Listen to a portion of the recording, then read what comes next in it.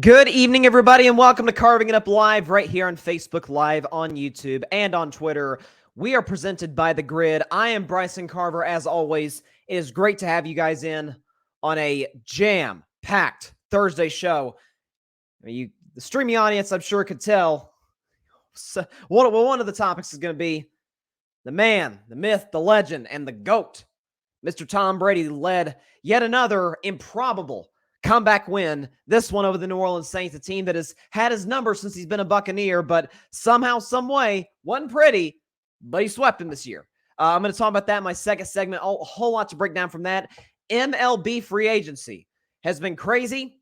As a Red Sox fan, a free agent move yesterday made me overjoyed, and a free agent move Eastern time about 30 minutes after midnight shattered my heart. Okay, and I don't want to talk about it. I'll obviously go into the Aaron Judge contract in vivid detail, staying with the New York Yankees, 9 years, $360 million. A lot of big moves going on in MLB free agency. I'll talk about that, as well as Odell Beckham Jr. Looks like he's not going to be a Dallas Cowboy, which, I honestly would have never believed that a week ago. And I've been somebody who's been critical of Jerry Jones. But in this case, I'm going to have to give him a round of applause and props for what he did not do in regards to the whole OBJ situation at the end of the show today. Week 14 starts tonight with the Las Vegas Raiders taking on we won't be saying this a whole lot longer, defending Super Bowl champion Los Angeles Rams, who it looks like are going to start Baker Mayfield at quarterback. He has been a Ram for all of 72 hours. So that should be interesting. By the way, the Raiders are 6-point favorites. I'm looking forward to see how that plays out on Thursday night in the City of Angels. But first, a big story that transcends really the world of sports occurred this morning. As I'm sure you guys are all aware, the United States and Russia agreed to a prison swap to free Brittney Griner, WNBA star of the Phoenix Mercury, in exchange for Russian arms dealer Victor Bout. This comes after Griner was arrested 10 months ago on smuggling charges after 2 medically prescribed vaping cartridges were found in her luggage. She pled guilty on July the 7th and was sentenced to 9 years in prison. For the last month, she's been held in a penal colony with a, putting it mildly, horrendous reputation, as you might imagine. But thankfully now she will be returning home safe and sound to her family, loved ones, and teammates for the holiday season. Before I get into anything, I think it is important for me to set the baseline for what we're going to do here today on my show and what we're not going to do today. What I'm not going to do in particular, is act like I know everything about the situation in terms of how the trade went down. Because I don't. I wasn't in those rooms. I do not work for the U.S. government. And ultimately what it comes down to is this news broke less than 12 hours ago. So we're going to learn a lot in the coming days, weeks, months about how this went down and just whatever went on in the situation. What I am going to do, what I always try to do on this show to the best of my ability, is react to the news, obviously most of it being sports, and give my take on it. Okay? What do we know? How do I feel about it? That's what I'm going to do today. So, what I'm going to do is refer to the tireless work of numerous journalists over the past 294 days. Here's what we know. There is also another American citizen who has been wrongfully detained for the past 4 years. His name is Paul Whelan. He is a Marine who has been in prison on charges of espionage that both of his family and the United States have deemed baseless. There's obviously been a big discussion ever since the Brittney Griner story came up, and certainly today has been a massive discussion. I'll talk about his brother later in the show and what he said. But there's been sort of an effort and a sort of a movement ever since Brittney Griner is coming home. Hey, we got to get Paul Whelan home, right? He's a Marine. He served our country honorably. We need to get him home. He's an American citizen. He has no business being in Russia, being wrongfully detained on ridiculous charges. According to CBS News, this is what we do know about the trade. U.S. officials told reporters it became clear in talks with the Russians that the prospect of securing the release of both Griner and Whelan in exchange for Bout the arms dealer, was a non-starter, with one saying that the U.S. Had what the U.S. had was a quote, a choice between bringing home one particular American, Brittney Griner, or bringing home none. That's according to U.S. officials. Now, President Biden, of course, spoke this morning on the prison swap, and when addressing Whelan, he said that we've not forgotten about Paul Whelan, and we will never give up on securing his release. And again, I'll sort of get into what his brother said earlier this morning later in the show. But here's what I want to say to start on Brittney Griner individually. For whatever reason, and it remained the case. I actually talked about this 4 months ago when she was sentenced to 9 years. I talked about it a little bit on my show back then. And I'll say it again. And for some weird reason, I don't know, society tends to be very weird. But for a weird reason, this seems to be a controversial take or statement. I'm happy that Brittney Griner's coming home. Matter of fact, I'm beyond happy that an American citizen who is wrongfully detained in a communist country is going to be returning home to the United States. And that she's no longer going to have to deal with the oppression and the mistreatment of the Russian government. The human rights violations in that country, we're all aware of it, go far beyond what anyone could possibly comprehend or imagine. I'm happy she gets to reunite with her family, her teammates, loved ones, and just in time for the holidays as well. And by the way, this is sort of a side story, but, you know, she gets to, hopefully come May, which I believe is when the season starts, she gets to play the game she loves and is, obviously has God-gifted abilities at doing and has been blessed with the opportunity to play in the WNBA. And she is, I think it has also been underreported, one of the greatest WNBA players of all time. It's a young league. It's only been around a little more than 25 years, but given the history of the league, Brittney Griner, given her accomplishments, gold medals, NBA championships, if I'm not mistaken, she may have a league MVP or two, one of the most accomplished players in the history of the sport. And certainly it will be quite a moment once she hopefully gets back on the court sometime this summer. But to those out there who say, well, she broke the law. You do the crime, you do the time. Well, first of all, that statement applies sure in the United States. Our justice system, folks, we all know is far from perfect. But compared to whatever sham garbage they have in Russia, it's a whole heck of a lot better, as we all are aware. So, secondly, Brittney Griner was clearly, unequivocally, and obviously used by the Russians as a political pawn. So she was found with less than a gram of cannabis oil in her luggage. Well, 3 years ago, in 2019, an American girl named Audrey Lorber was found she was released from a Russian prison 1 month after she was found guilty of attempting to import marijuana purchased from the U.S. into Russia. Audrey Lorber had 19 grams of marijuana in her possession. Brittney Griner, again, less than 1 gram. The difference is Audrey Lorber spent 1 month in Russian prison. Brittney Griner, a few months ago, got a 9-year sentence. So we know the rule of law does not apply in Russia. Okay, they will sentence you however they feel like it. They don't have, one of the great things in this country is a fair trial. They don't get that in Russia, unfortunately. And so clearly the government over there, led by their cowardly dictator, was trying to use her, of course, as a means to acquire this arms dealer. Nicknamed the Merchant of Death, by the way. Bad dude. Am I happy that this guy is in Russia? Of course not. I don't think anybody with a brain screwed on half right could possibly feel that way.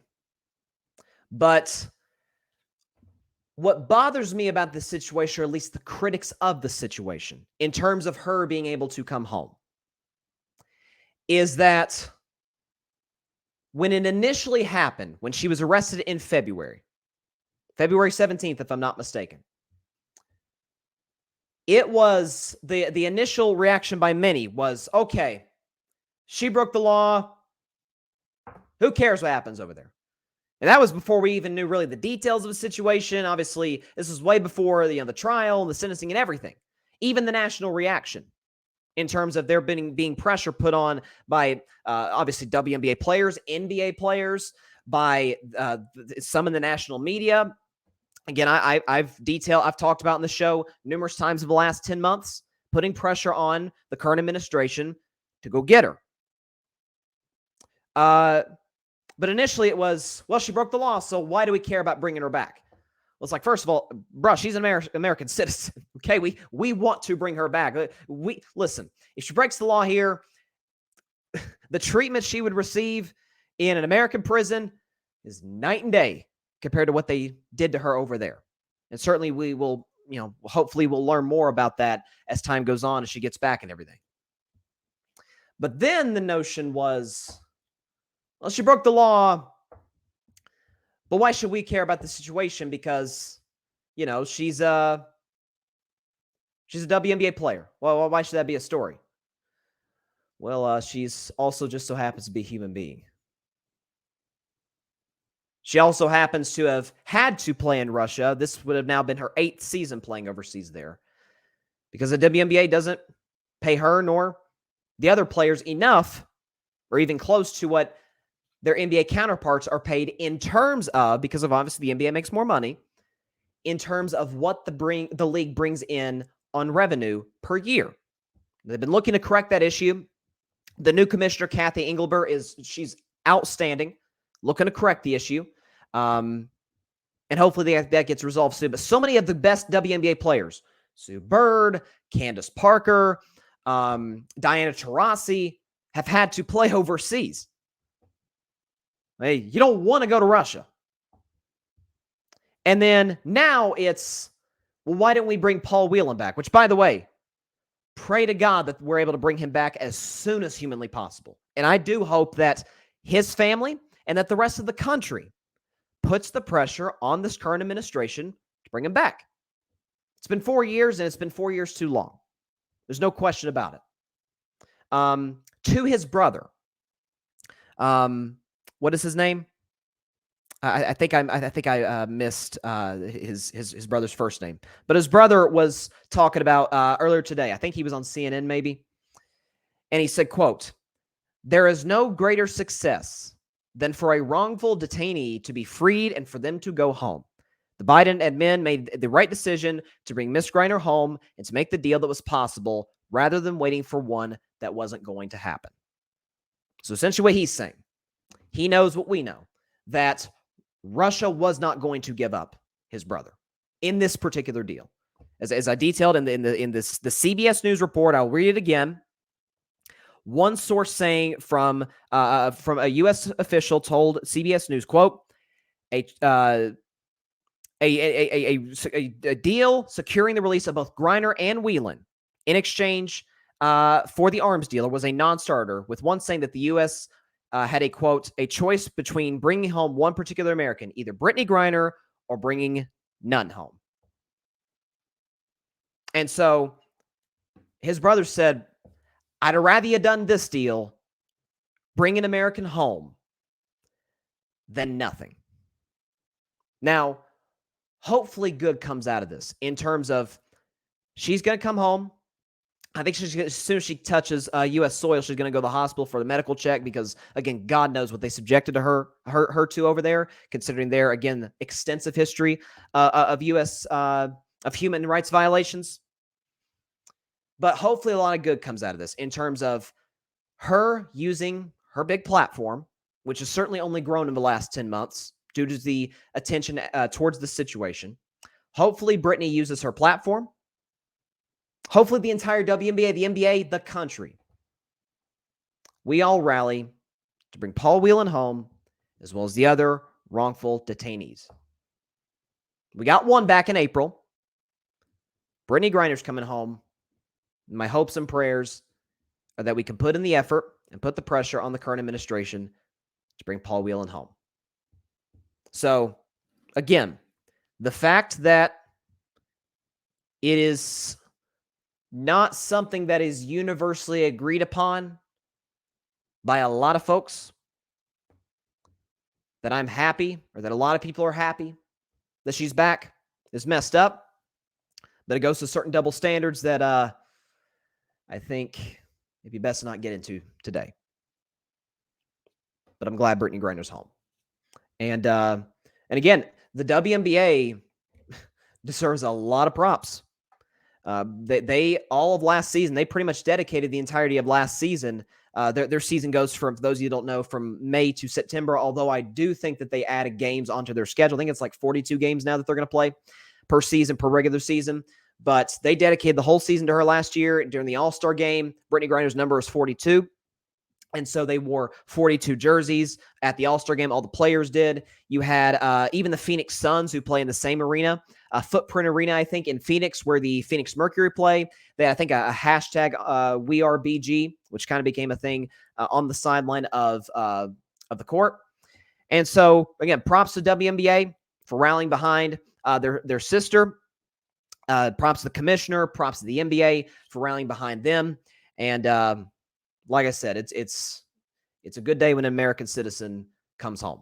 And certainly we're glad that's the case. And we pray for the release of Paul Whelan, as well as any other detainee in Russia. Because, yeah, that guy who runs that country is a psychopath, putting it mildly. All right. So moving from that, get a drink. That was a mouthful there. Moving from the Brittney Griner situation to the NFL. And it's fitting. As soon as Monday night concluded, I knew I was going to do this. I had to wear my Tom Brady jersey. Because the greatest quarterback of all time, the greatest player in the history of the National Football League, in my view, the greatest athlete in the history of American team sports, he did it again. That son of a gun did it again.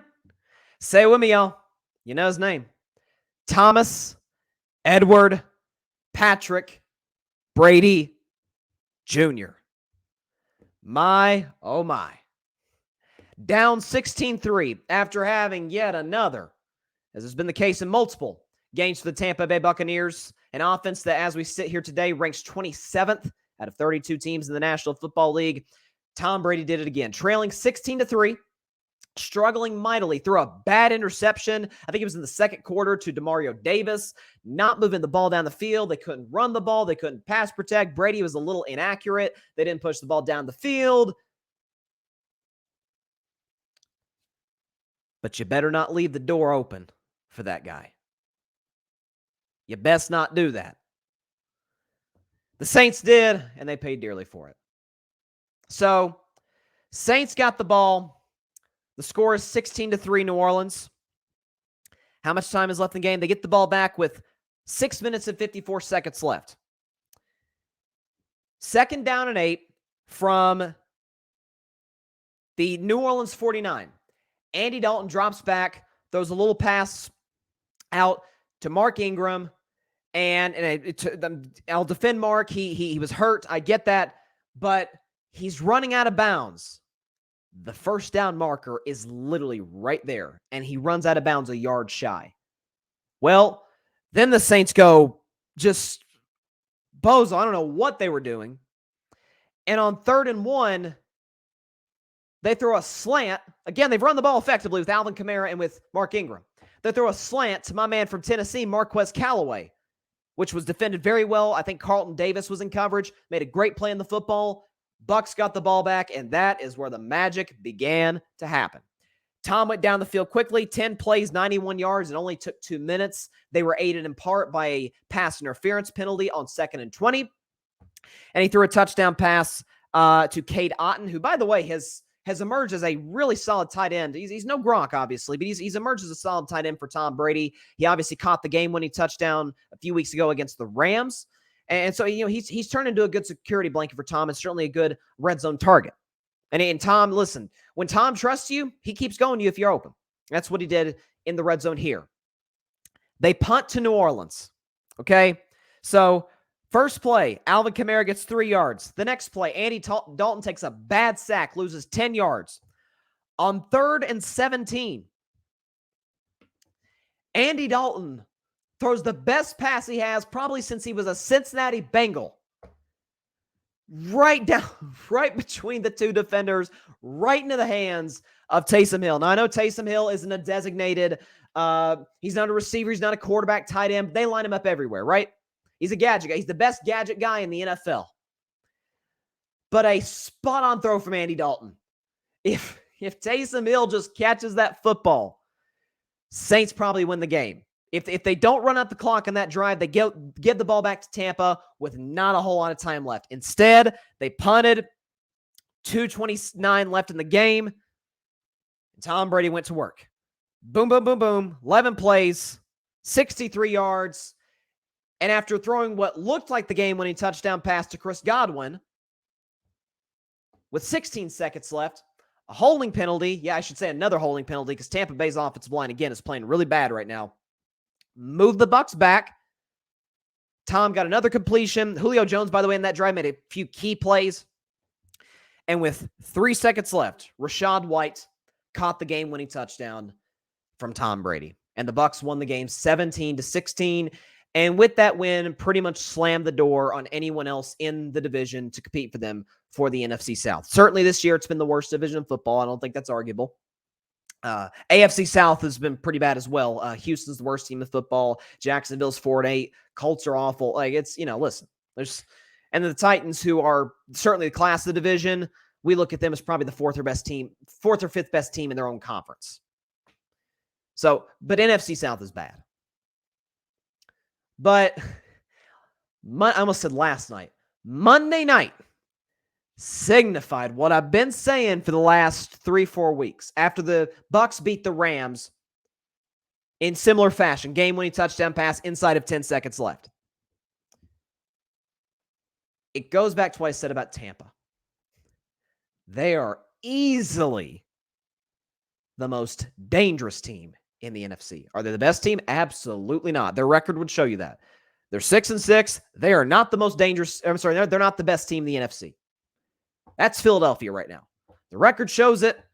Your eyes show it. The biggest deficiency for me was, guys, they can't stop the run. Yeah, well, they just held Derrick Henry to 30 yards. So it looks like they fixed that. Right?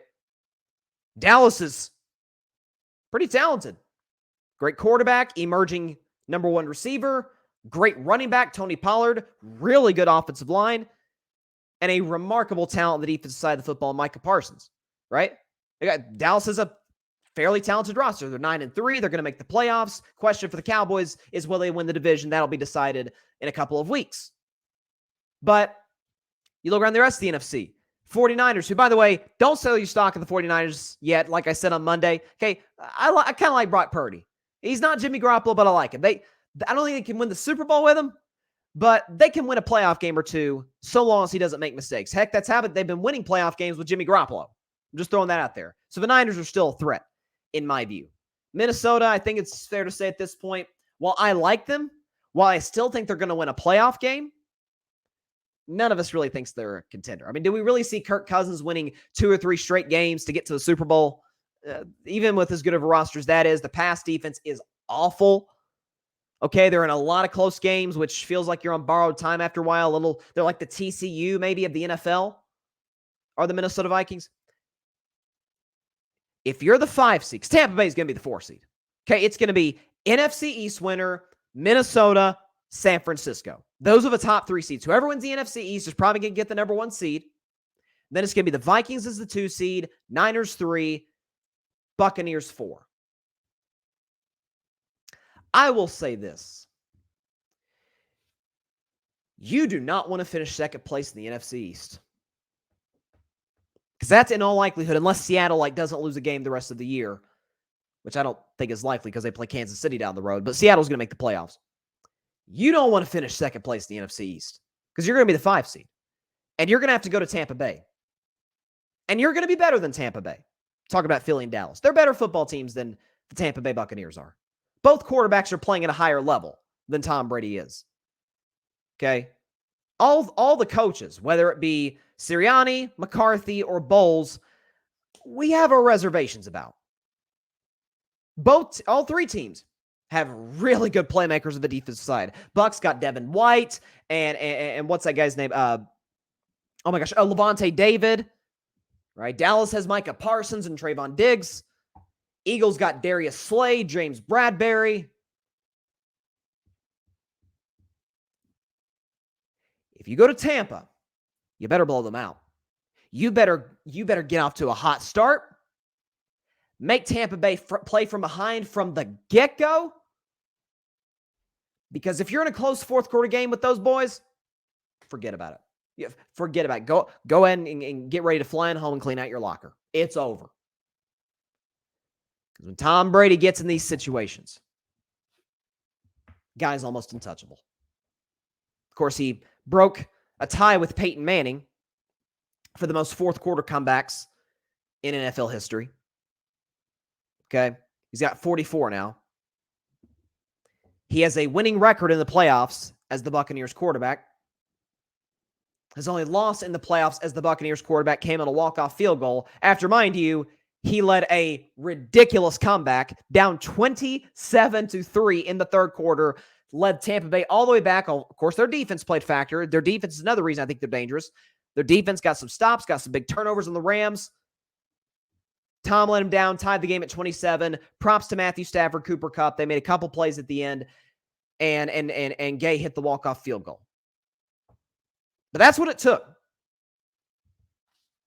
A 27-3 lead isn't safe with this guy. A 16-3 lead with 3 minutes left is not safe with this guy. Because there comes a point in time. Listen, experience matters. It does. We all agree on that. Whatever job that may be. But experience is pretty darn irrelevant if you're not still decent at what you do. Well, Tom's still, we would say, a pretty good quarterback. Is he what he was last year? Lord, no. Last year, I thought he should have been the MVP over Aaron Rodgers. Or even the year before that. What did he throw, 40 touchdown passes? A couple of years before that, he won the MVP in 2017 at age 40. Tom is not that Tom anymore. I said after they lost to the Ravens on Thursday Night Football, we are seeing the decline of Tom Brady. But we are not seeing the end. We are not writing the final chapter quite yet about this guy. Are we writing the final chapter in Tampa? Probably. I don't really think he wants to be there. There's a reason him and Sean Payton wanted to go to Miami. Okay, like Tom Brady back in late January, early February did not retire from the NFL. He retired from the Tampa Bay Buccaneers. But because of the whole lawsuit issue and all the legal stuff with the Dolphins, he didn't want to touch that with a 10-foot pole, so he decided to stay in Tampa. He'll be gone after this year. The Niners have a shot at him, maybe the Tennessee Titans. There'll be plenty of bidders. But in terms of this season, with a defense that is playing as well as the Tampa Bay Buccaneers are, they get to the quarterback, they stop the run. They're not necessarily really a turnover-happy defense. They're sort of a bend but don't break. They're great in the red zone. Hold teams to field goals.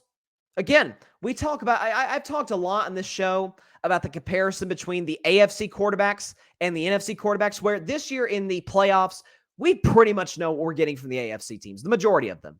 We know Buffalo and Kansas City and Cincinnati and even Tennessee. We know what those teams are going to give us. Baltimore. It's a bunch of question marks in the NFC. Niners with Brock Purdy. Crap, I don't know how that's going to work. He's a rookie. He was Mr. Irrelevant. He was the last pick in the draft this year. The Dallas Cowboys, they have a combined 3 playoff wins in the last quarter century. The Philadelphia Eagles, last time I saw them in the playoffs, they got beat by 30 by the Tampa Bay Buccaneers. Who am I missing? Seattle Seahawks. Geno Smith has been outstanding this season. But do we think they're going to get to the Super Bowl? Win a playoff game, maybe. But I don't think we see the Seahawks winning 3 straight games all on the road to get to this year's Super Bowl. Giants, stop. Washington, no way. But how about the coaches in the NFC as well? Nick Sirianni doesn't call plays on offense or defense. Seems to be more famous for his antics on the sidelines, yelling at opposing fan bases, than he does actually coaching. I mean, you saw the Eagles on Sunday against the Titans. The one flaw they did have, they had a boatload of penalties. That'll cost you the playoffs. Speaking of penalty, Nobody knows this better than Mike McCarthy. Last time we saw him in the playoffs, his team committed 14, which tied a franchise record against the San Francisco 49ers in a playoff loss. Do I trust Dak in the playoffs? Of course I trust Dak. Look at his playoff history. He's been remarkable in 3 of his 4 playoff games. But do I trust the defense to make big key stops? I mean, I've got my trepidation. They couldn't stop San Francisco last year. Mike McCarthy, a lot of penalties. Okay, what about the Niners? Stacked roster, great coach. We're not sure about the quarterback. So even the coaches, we're not sure if they can out-scheme or outduel Todd Bowles. Todd Bowles isn't, Andy Reid or anything. Not even close, but he's certainly competent. And he made, by the way, credits Todd Bowles. Todd Bowles earned the respect of that locker room more so than I think he had coming in on Monday night. Because 7 minutes left, Buccaneers have the ball. Again, the score's still 16-3 at their own 25-yard line. It's 4th down and 10. And Tom won't leave the field. He said, we're going for it. We're not leaving the field. We're not punting. We're going for this. And Todd Bowles overruled him, said, no, we're punting. Helped Tampa Bay win the game. They punted, got a stop, and got the ball back. Because if Tampa Bay doesn't get the first down there, which the way they've been moving the ball on offense seemed highly unlikely at that point in time, Saints could have either scored a touchdown, the game would have been over, or they could have kicked a field goal, and it would have been really, really difficult at that point for the Bucs to come back. Because they had to score twice, get 2 2-point conversions. It had been a lot to ask from an offense that put up 3 points through 3.5 quarters. And had been scoreless since the second half of the first quarter, and then the whole second, third, and the first half of the fourth quarters. They'd done nothing on offense. So props to Todd Bowles for that decision. But I'm telling you, I do not want to face Tom Brady in the playoffs. Is he what he is last year? Nope, he's not. But money on the line. 2 minutes left. Tom Brady's got the ball at his own 25-yard line with 2-3 timeouts. 2 minutes left. You're up 4. Are you feeling comfortable? Do you feel relaxed? Do you feel at ease? Go. Number 12. That's all he wants. That is all Tom Brady could ask for. Given how this season has gone, 12 games in, they're 500. They're going to win the division because the division's awful. But matchup-wise, they don't really look great compared to other NFC contending teams. By the way, I'll do my predictions tomorrow on the show.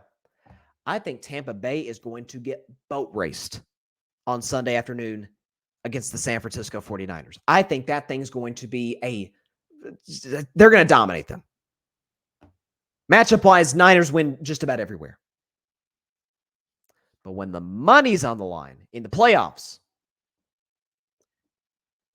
do you trust Tom Brady, even a lesser version of Tom Brady, or do you trust Nick Sirianni and Jalen Hurts, who their only playoff game together, they lost to Tom Brady badly? Do you trust Tom Brady or Dak Prescott, who's been great in the playoffs, but he's got Mike McCarthy as his head coach, who isn't so great? Do you trust Tom Brady or Brock Purdy or Geno Smith or Daniel Jones or Taylor Heineke? I'm not saying they're going to get to the Super Bowl. What I am saying is you don't want to face them. And what I'm also saying is Tom Brady's clearest path to the Super Bowl in his career could not have come at a better point considering his regressing skills. But he's never had a clear path to the Super Bowl. I mean, if you put last year's Tom Brady, if you put last year's Buccaneers in this year, they'd be the favorites to come out of the NFC. Easy. We'd have the least questions about them. Only questions about them would be health. That's it. They would be the odds-on favorite. Maybe not the odds-on favorite. They'd be the favorites to come out of the NFC. We would absolutely favor them to beat Philly and the Niners and the Cowboys. No doubt about it. And the Vikings. I won't play that guy in the playoffs. He's a bad, bad man. He's a bad man. He showed it again on Monday night. By the way, I believe that's the first time. I think I saw a stat. It's the first time in Tom Brady's career that He's trailed by 13 points with 3 minutes left to go and won the game. It is also the first time in his career, it's the latest game-winning touchdown, rather, that he's thrown in his career. He threw the game-winning touchdown with 3 seconds left. So, again, props to Tom Brady. Safe to say we've seen this movie a time or two, without a question. You miss a Belichick, sure use him. Although I don't think a reunion is likely. Let's put it that way. So we had a big story in the league for the last month, maybe going on 2-ish months, regarding the most popular team in professional sports, the Dallas Cowboys. Now, it also involved the highest profile free agent on the market, that being, of course, Odell Beckham Jr. And for the last couple weeks, there's been a lot of public flirting between the two sides. OBJ on Monday night went to a Dallas Mavericks game along with Trayvon Diggs and Micah Parsons. And according to a reporter in Dallas who asked Odell Beckham Jr., he said, "What are the chances you sign in Dallas?" And OBJ reportedly said with a smile, "Pretty good chance." And so it looked all but inevitable. And then we started to get more information. And I always say, you can hold an opinion on something, but when you get more information, when the situation changes or you learn more about it, it becomes a problem. And you have to change your outlook. You don't want to be rigid. And props to a guy who has been the epitome of rigidity. Didn't mean for that to rhyme. Gerald Wayne Jones Jr. A man who I have criticized far more than I've praised, and for good reason, for numerous instances. In this case, I'm going to have to give the guy props. Because according to reports from Ed Werder, it's mostly come from Ed Werder, but also come from other Dallas insiders, Jane Slater being one of them, OBJ ain't ready to go. As a matter of fact, there was a story this morning. Micah Parsons said that Odell told him he'd be ready in the next, after the next 5 games. Well, after the next 5 games is the playoffs. And you don't want to insert a guy who hasn't played with you all season long into the lineup, especially the most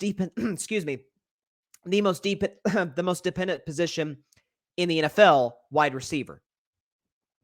Odell won't have enough time to build any rapport whatsoever with Dak Prescott, or to get to practice with the offense, with the other receivers, whether it be CeeDee Lamb or Michael Gallup or Noah Brown. He won't get that opportunity because his knee hasn't fully healed. Now, we knew when he tore his ACL in February, the report came out that when he first tore his ACL back in October of 2020 in a game against the Cincinnati Bengals, after the surgery that they did not fully repair the ACL. Like, it was kind of a bad surgery. And Odell said this as well after the Super Bowl when he tore his ACL again. Terrible irony against the Cincinnati Bengals once again, this one being obviously the Super Bowl in the second quarter. According to Odell and according to sources familiar with the situation, his knee hadn't fully healed. The ACL still had a minor tear in it. So it was going to go at some point. So thankfully this time around, he got a much better surgery than he got in Cleveland. So, but it's been only 10 months. Like, this isn't a turned ankle. This isn't a broken thumb like Dak Prescott had. No. This is a torn ACL. This is one of the most serious injuries you can possibly suffer. Only thing that is absolutely worse in terms of lower body is Achilles or a compound fracture in your ankle, like Dak suffered, like other quarterbacks in the past have suffered. So, with Odell not healthy, this is the first time I can remember on Carving It Up praising Jerry Jones for not going out and getting a star free agent. Because Jerry, over the last few years, has been notorious. When a big name's on the market, he never goes after him. Why is that? Well, I've said this numerous times. Jerry wants to win the Super Bowl. Jerry wants to win the Super Bowl worse than a lot of owners in the NFL. A lot of owners, they could care less. If they win, cool, it's extra jewelry. Maybe they'll sell the ring and have enough money to get a Christmas present or something. I don't know. But they don't care about winning. They care what the business of the purchase of the team does for their bank account. I think Jerry absolutely cares about that, but I think he wants to win. There's no question about that. But it's got to be his way. It's Jerry's way or the highway. It's why he's the owner and general manager of the Dallas Cowboys.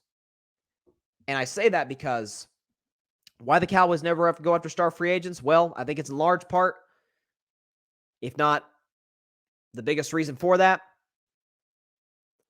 he wants to win with the guys that were drafted by the Dallas Cowboys or his guys. So when they do well, when Dak and Zeke and Pollard and CeeDee Lamb and Gallup and Tyler Smith and Micah Parsons and Trayvon Diggs and DeMarcus Lawrence, when those guys do well, Jerry can say, hey, I saw them before anybody else did. I saw that before they remembered the Dallas Cowboys. But if it's somebody who, which by the way, prayers to Von Miller, he tore his ACL. Best wishes on and prayers certainly to his recovery. But Von Miller was on the market in March, wanted to go to the Dallas Cowboys. Like he even went to Dallas, went to like a concert at Jerry World with Micah Parsons. Von Miller wanted to be a Dallas Cowboy. He's from the area, went to Texas A&M. Jerry didn't even offer him. Can you imagine that combo? Von Miller on one side and Micah Parsons on the other. It had been ridiculous. But he didn't. Years past, he has been quite popular for that. At the trade deadline this year, didn't go after Brandon Cooks, even though Brandon Cooks wanted to be a Cowboy. And so this is Jerry's history. But in this instance, hats off. Because a lot of other owners would still sign OBJ. And come wild card round, or divisional round, whenever Dallas's first playoff game is, Odell's back in the starting lineup. Crowd's excited. I'm sure there'd be people in the stands with his jersey on. It's, let's go OBJ. Yeah, but he hasn't built the rapport with Dak. I mean, it took, when they traded for Amari Cooper in 2018, it took 2, 3, 4 games for him and Dak to really build a good rapport. And once they built it, it was great. At least in home games, it was great. But it takes a while. The receiver's got to get acclimated to the offense. Most importantly, he's got to build good chemistry with the quarterback. And the timeline just wasn't going to work in regards to where we're at in the season, where Odell's knee is at right now, and where the Cowboys are at, because they made no mistake about it. For them, it's championship or bust. That's their expectations. This doesn't put them anywhere closer to that because he's not healthy. Because if he signed him now, right, you got the Houston game, you got Jacksonville, and then he finished with 3 tough ones. Obviously, the toughest one being Philadelphia, then Tennessee, then Washington. Well, that's 5 games. That's a whole month for him to get acclimated to Kellen Moore's offense and to build a good rapport with Dak Prescott. You can't do that. You can't build rapport with a guy in the playoffs. If you don't have it by the playoffs, you're not going to have it at all. It's as simple as that. And so Odell's going to be on a team next year. He may be on a team this year. Maybe somebody will take the plunge. I know I'm hearing reports Philadelphia might go after him. I don't love it. I don't really like any playoff team signing Odell, just for the simple fact that he's not going to be ready until the wild card or divisional round. He won't contribute to you what you hope he will contribute. He'll be on a team next year. It still could be the Cowboys. Who knows? But as for right now, this would put Dallas further away than closer. Because for every target that Odell would get from Dak, and again, trying to build a good trust with his quarterback, that's a target that a guy who does have a good rapport with Dak, CeeDee Lamb or Michael Gallup or Dalton Schultz, don't get. I mean, the playoffs, what's great about the NFL playoffs, the late, great Bill Russell always said the best 2 words in sports are Game 7. Well, the NFL playoffs, every game is a Game 7. Every playoff game is an elimination game. Every game is win or go home. Games can literally turn on one play. One play can change the whole game. For good or for bad. Again, every play matters. If Odell is not there and isn't ready to go, he serves you no good. So, a rare hats off from carving it up, at least, to Jerry Jones on not signing a big-name free agent. This has been something that he has not done well with in the past in terms of ignoring them. This time, he's right on the money to not do so. Now, and again, I'll predict the Raiders-Rams game tonight. Again, the Raiders, sitting there at 2-7 a few weeks ago, looked dead. All of a sudden, they're 6-point favorites on the road in LA. And I will lay all my money down. There will be more Raiders fans than Rams fans. I would go so far as to say it will feel literally like a Rams home game. I'm sorry, like a Raiders home game. Because you got to remember, the Raiders were in LA around like the 70s, 80s, around that time. I think early 90s too, is when they moved back to Oakland. Like there's a ton of Raiders fans that's still in Los Angeles. That place could be that is going to be a Raiders home game. It's going to be silver and black more than it's going to be whatever the Rams colors are, blue and gold. A lot of silver and black at SoFi Stadium. You can book that. But the Raiders are not dead. If the Raiders win tonight, they're in the exact same position they were at this time a year ago, 6-7. Now, in that case, last year, they won 4 straight games to get into the playoffs, including that wild showdown against their division rival Chargers. But it's going to be a good one tonight, I think. But again, there's some solid games in Week 14. Again, I'll predict them all tomorrow. You got Browns, Bengals, Joe Burrow. Somehow, it's crazy. I posted this on Instagram last night that one of those things in sports that just doesn't make sense, that Joe Burrow is 3-0 against the Kansas City Chiefs. But he's never beaten the Cleveland Browns. That doesn't make sense. I mean, look, you could beat the best quarterback coach combo in football, but you can't beat Jacoby Brissett or Baker Mayfield. Like what? Like it's crazy. That's why I love the NFL. Eagles Giants. That's a big division game. You got a Ravens Steelers. Those games are always physical. Bucs Niners. What else we got? Oh yeah, Sunday Night Football, Dolphins, Chargers. Again, I'll try and get that video uploaded soon about my 3-game sample size and how I'm going to use that to sort of make my final decision on Tua. Game 2 is very important because Tua's got his draft contemporary, a guy who he's going to be compared to for the rest of his career because he was taking a pick after him, Joe Burrow. I'm not Joe Burrow, Justin Herbert. He'll be compared to Burrow too because he was in the draft class. But he'll be compared to Justin Herbert. Because Dolphins could have took Herbert, but they took Tua. And so they're gonna battle it out on Sunday night in Los Angeles on Sunday night. I cannot wait for that game.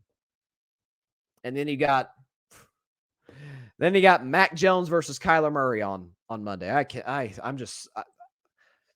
got a timer on my phone. Like I'm counting down the days till I can watch that game. No, not really. It's actually awful. But I got to move to Major League Baseball for a moment and free agency. Because this free agency cycle has been kind of nuts. Like it's compared to years past, it has been highly eventful and highly entertaining. I'm depressed because my Red Sox lost Xander Bogaerts. I'm very depressed. Xander Bogaerts, who has been with the Red Sox since 2013, won 2 World Series titles with the Red Sox, multiple All-Star games, multiple Gold Gloves, one of, if not the best shortstop in all the sport, signed with the San Diego Padres, 11 years, $280 million. So thank you a lot, Bloom, for letting him go, just like you let Mookie Betts go. I appreciate that. And they lowballed Xander, by the way. 6 years, $160 was the Red Sox offer to Xander Bogaerts compared to the Padres offer of 11 years, $280. I mean, it's one of the staples of your franchise. You got to be kidding me. So we've blown it on Mookie, which still hurts to this day because Mookie was my favorite player in baseball, and it still hurts that we traded him 3 years ago, almost 3 years ago. And now Xander Bogaerts, one of my favorite Red Sox. We're going to lose JD Martinez. That didn't bother me. He didn't have a very good year this year. But if we can't bring back Christian Vasquez, who we obviously traded to the eventual world champion Houston Astros, but Christian wants to come back to Boston. Bring him back, please. We just brought Masataka Yoshida. From Japan, the best player in Japan who hit 335 last year, hit 21 homers. So we got, I don't want to say our version of Ohtani because he's not a two-way player, but we got essentially the next Ohtani in terms of what he can do with his bat. And really, he's in terms of just average, he's more dangerous than Ohtani. So at least we added something to our lineup, but at the expense of losing Xander Bogaerts, man, this hurts. This really hurts. But the big story, though, the biggest story, and I'll get into some of the other free agent signings. I won't just make this a Red Sox segment. I don't think you guys want that. But the biggest news came yesterday morning, and that was that the New York Yankees and the reigning American League MVP Aaron Judge agreed to a 9-year, $360 million contract. So, again, Aaron Judge is the ultimate winner in the history of sports when it comes to betting on yourself on a contract year. Because I think the Yankees offer in spring training, if I'm not mistaken, I think I'm getting this right, 7 years, $213 million. Aaron Judge was like, excuse me? He said, no, I'm going to play this year, last year my contract, and I'm not negotiating during the season, and we'll talk after the season. And Aaron Judge proceeded to break the American League record for the most home runs in a single season with 62. So he got his money, and the Yankees didn't have a choice. Do I think it is a good contract for the Yankees? Absolutely not. It is a terrible contract. Name the long contract in Major League Baseball that's worked. I mean, Miguel Cabrera, that contract was bad about 5 years ago. Joey Votto with the Reds. Okay? I mean, Trey Turner just signed a long deal with the Philadelphia Phillies. Like Trey Turner, hate the deal in terms of the length of the contract. Heck, later in A-Rod's contract, it was a bad deal, but you had to keep him. You did not have a choice because you blew it in spring training.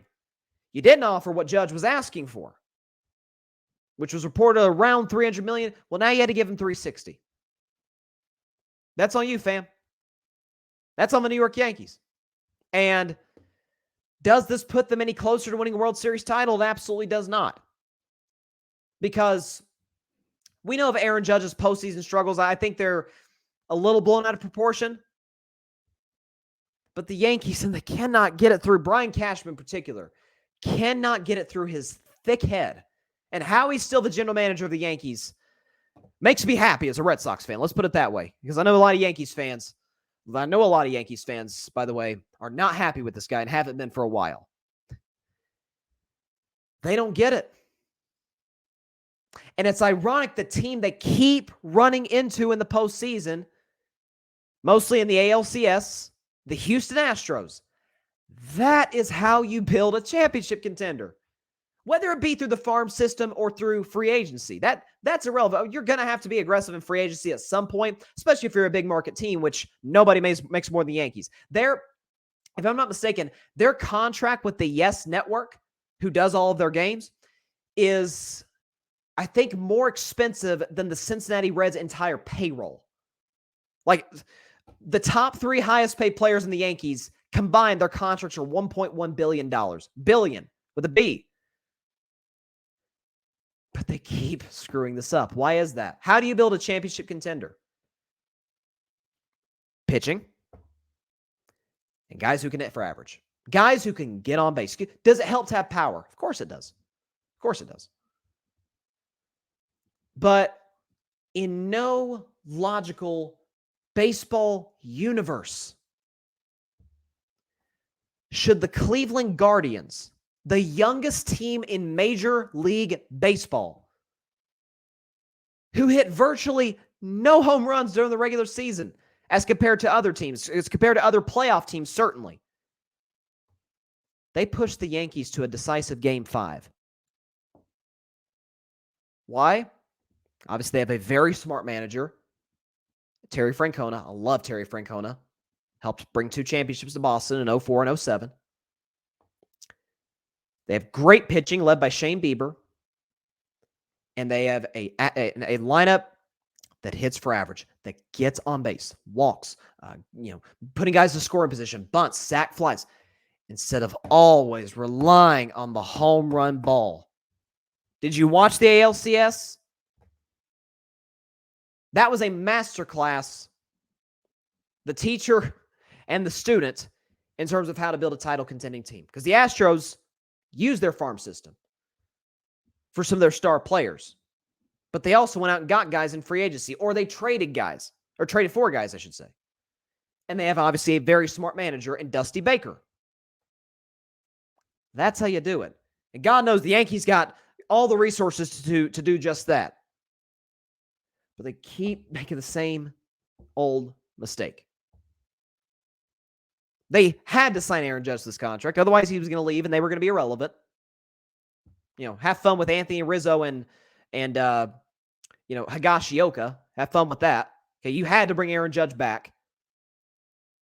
But these long deals never work. After about year 4 or 5, Aaron Judge is going to be 35 years old. He's not going to be a threat to go for 50 bombs a year. Maybe 40, but then once he gets to 37, 38, then it's really going to be a bad contract. But the Yankees only have themselves to blame. They didn't pay Judge what the market called for, what Aaron Judge was asking for. And this is what you get for it. You kept him. You know, could have been worse. Could have lost him to like the San Francisco Giants or somebody. But you had to keep him, but at what price? But does it put him any closer to winning a title? No. They very well might win the AL East once again. Okay, Toronto's going to be a threat. So are the Rays. The Rays, they're always a threat because they got an amazing farm system. But because Aaron Boone is a limited manager, and I think in some ways is limited in his powers to make his own decisions by the front office, because their starting pitching staff is, because their ace, Garrett Cole, their alleged ace, I should say, is routinely awful in the playoffs, because their bullpen can't get big outs late in games when they absolutely have to, they continuously run to Houston and they continuously get embarrassed. This year, a 4-0 sweep. And none of the games were even close. Sorry. It just is what it is. They're no closer today than they were at the beginning of the season. It just is what it is. But in terms of other deals in Major League Baseball, there's some big ones. Again, I mentioned Xander Bogaerts. I don't want to talk about it. I really don't want to talk about it. One of the more, I'd say one of the few non-surprising moves. We kind of figured this was coming. All-star catcher Wilson Contreras, who was the last remaining member from the Chicago Cubs team that broke the 108-year curse in 2016, won the World Series. He is now with the rival St. Louis Cardinals on a 5-year, $87.5 million deal. So good deal for the Cardinals. And Wilson Contreras, again, remarkable catcher. Okay. Kenley Jansen signed with my Red Sox as well. So we got a closer, although I do not trust Kenley Jansen. He routinely struggles, especially in the postseason at closing out games. So I guess we had to have a closer, but should the Red Sox find a way to sneak into the playoffs, which is going to be tough considering how tough their division is, much less the AL. This is going to be tough. What else do we have? Okay, I mentioned, what's his name? Trey Turner. Mitch Haniger left the Seattle Mariners, signed with the San Francisco Giants, 3 years, $43.5 million. Cody Bellinger signed a 1 year, $17.5 million deal with the Chicago Cubs. Cubs are spending a lot of money in free agency. Let's see. Josh Bell signed with the Cleveland Guardians. He was a big piece of them getting to the Padres, getting to the NLCS last year. So solid deal for Cleveland. Again, I just literally talked about Cleveland not hitting for power. This guy helps that. This guy helps that cause. And obviously, I did mention Justin Verlander a few days ago, I think. Clayton Kershaw staying with the Dodgers on a 1 year deal. So big deals going on. Obviously, there's some other high-profile free agents, couple shortstops, Carlos Correa, Dansby Swanson. So my man Nate Eovaldi, who I really hope stays in Boston. I don't feel overly confident about it, but we'll see how it plays out. But this is one of the more eventful and intriguing, free agency periods that we've had in Major League Baseball. And listen, whatever helps the popularity of the sport, I'm for, because I love baseball. I love Major League Baseball. There's certain practices they have that make me want to run my head through the camera that I'm looking at right now. But all in all, I love watching the sport. October baseball, there's nothing like it. There's nothing like it. So whatever brings the baseball world positive attention, this being it, free agency. One of the game's stars, really the face, I would say, today of Major League Baseball, Aaron Judge. He, along with, I think, Shohei Ohtani, I'd say are the faces of Major League Baseball. You could put guys like Bryce Harper in that category as well. But, yeah, I'm all for the occasional, rare, it seems like these days, positive publicity with Major League Baseball.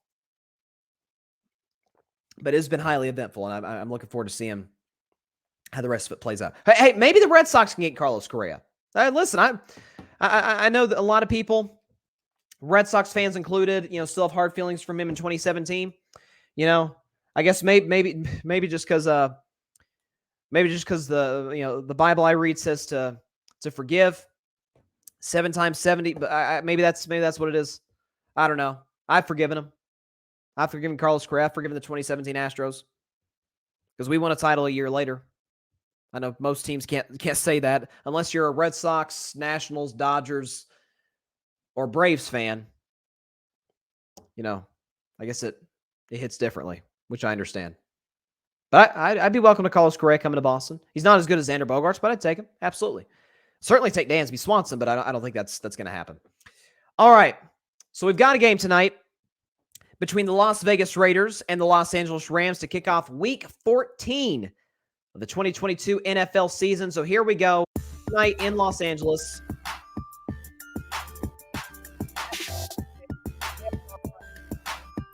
The Raiders are 6-point favorites. The game kicks off in about an hour. So here's what I'm looking at this game. The Los Angeles Rams, the big story this week for a Rams team that's been one of, if not the most disappointing defending champions in NFL history, have a quarterback change. And if their backup quarterback has become the starter now that Matthew Stafford's on IR, if John Wolford does not, look healthy in pregame warmups tonight, they're going to roll with Baker Mayfield, who they just claimed off waivers on Monday after the Carolina Panthers released him. So, what do we know about Baker Mayfield? Well, we know that he's a backup, and we know that he struggled mightily to win games this season, really even last season in Cleveland. I'm trying to find Baker's numbers right now. Hang on. But we look at the Panthers. I get the roster's bad. I get that. Yeah, the firing of Matt Rule, it's a complete rebuild that they're going to have in that organization. I understand that. But at some point, I need to see it. I need to see some wins translate. Gosh, where is Baker's stats? Okay, here we go. Baker Mayfield. So this season, Baker Mayfield, 32nd in yards, 31st in touchdowns, 31st in QBR. By the way, QBR, 0 to 100. You want to know what Baker Mayfield's QBR is this season? 0 to 100. 18. And he's all the Rams got tonight against the Las Vegas Raiders. Now, mind you, the Raiders have struggled mightily on defense. And that's going to be, whether it be during the regular season, if they fail to reach the playoffs, or if they get on this crazy run and continue this winning streak and somehow sneak into the playoffs, it's going to plague them. It's going to end their season just like it did last year. And that's that their defense, their pass rush is really good. Really good. With Max Crosby and with Chandler Jones. Excuse me. But their secondary is horrible. Good news is they're facing a Rams offense that is offensively challenged. Which, did we ever think we'd be saying that coming into the season? But Matt Stafford's gone, Cooper Kupp is gone, Tyler Higbee's hurt. So now you're relying on that Skoranek kid. You're relying on Tutu Atwell, who I loved out of college, but has not panned out whatsoever. He's got 6 career NFL catches, an offensive line that is just in shambles. Cam Akers and his bad case of fumbleitis is your running back. I mean, it's a disaster. Aaron Donald's out. Jalen Ramsey is playing the worst football of his career.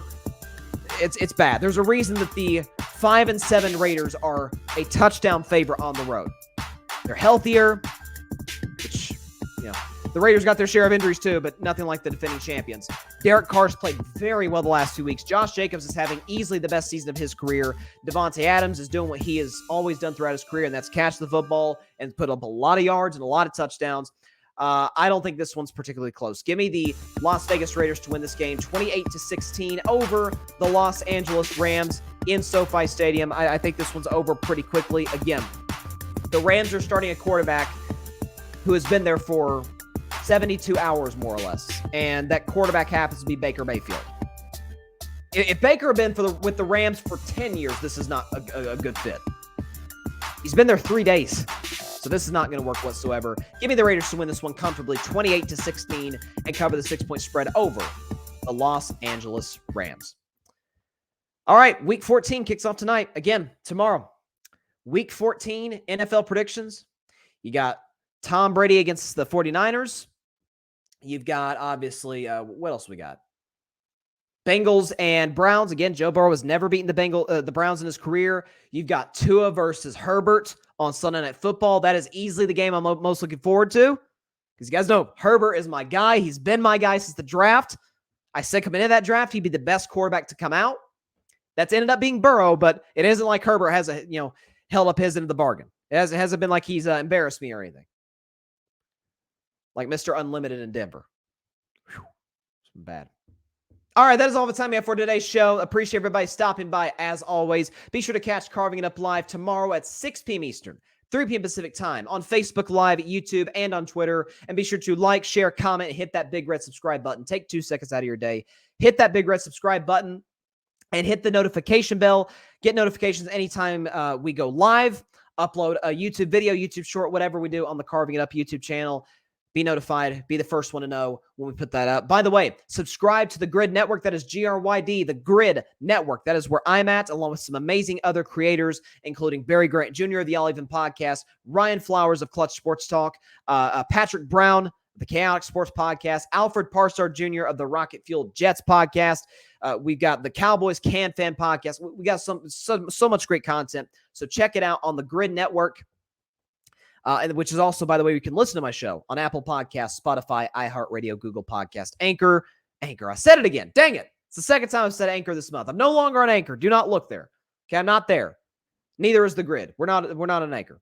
Apple, Spotify, iHeartRadio, Google Podcasts, as well as wherever you listen to your podcast, except for Anchor, of course. We don't do that anymore. Appreciate Anchor, but we're not there anymore. By the way, last thing before we get out of here. So you guys know I have a segment every Friday when I make my NFL predictions called Who am I a betting man? If I Were a Betting Man. Well, I do bet. I don't do in Vegas or anything. I don't do no sports books. I don't do BetMGM or FanDuel or anything. But I make bets that mostly involve this thing that is important to us all, but because us guys are just guys, pride, right? We take pride very, very seriously.